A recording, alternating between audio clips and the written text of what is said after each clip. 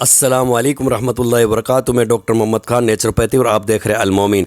तो मेरे बुजुर्गों दोस्तों, आज हम लोग बात करते हैं उलमाए सू किसे कहते हैं। ये उलमाए जो सू होते हैं ना, वो अपनी बात करके कहते हैं, क्योंकि वो कुरान हदीस की दलील नहीं देते हैं।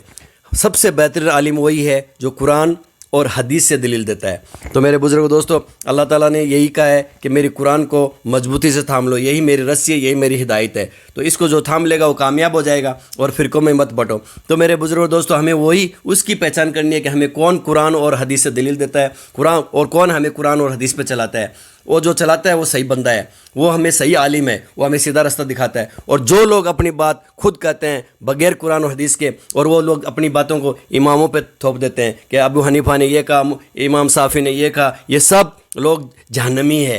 क्योंकि अब इमाम तो ये कहते हैं कि हमारी बात गलत है, उसको छोड़ दो, और इमाम तो कभी गलत कह ही नहीं सकते हैं। वो क्या एक इमाम बोलेगा कि हदीस को मत मानो, नबी की बात मत मानो, कभी भी नहीं कहेगा। तो ये लोग दलाल है, ये लोगों ने चंदाखोरी के पीछे, इनको अल्लाह से कोई मतलब नहीं है, नबी से कोई मतलब नहीं है, अल्लाह और नबी के दुश्मन है।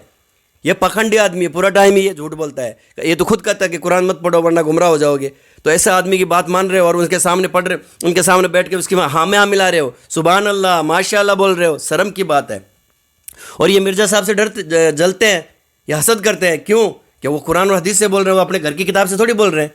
तो अपने जो बीवी बच्चे हैं, माँ बाप है, हमारे रिश्तेदार है, उनको उनके पीछे चलाओ, उनकी बातें देखो, कुरान और हदीस से बोल रहे हैं, हर चीज़ का जवाब ही उससे दे रहे हैं। कोई भी आलम हो, मिर्ज़ा साहब का मैं नहीं बोल रहा हूँ कि भाई आप मिर्ज़ा साहब को ही सुनो। मैं तो कहता हूँ जो कुरान और हदीस से दलील देता है, अभी मैंने सब देखा, देखो जितने भी आलिम है सब उनके पीछे लगे हुए। क्यों?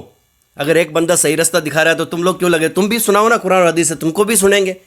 लेकिन तुम तो झूठे लोग हो, तुम्हारी मिसाल ही कुत्ते की जैसी है। कुरान में अल्लाह ताला ने फरमा दिया कि झूठा आलिम है, उलमाए सू है, इनकी मिसाल कुत्ते की जैसी है। ये लोग झूठ बोलते हैं। कुरान में से एक बीच में से आयत पकड़ेंगे, ऊपर और नीचे को छोड़ देंगे कि अल्लाह ने कहा कि कुरान पढ़ोगे तो तुम गुमराह हो जाओगे। मैं गुमराह करता हूँ, अल्लाह ने नहीं कहा। अल्लाह का मैं यानी फासिकों को गुमराह करूँगा, मोमिनों को गुमराह नहीं करूँगा।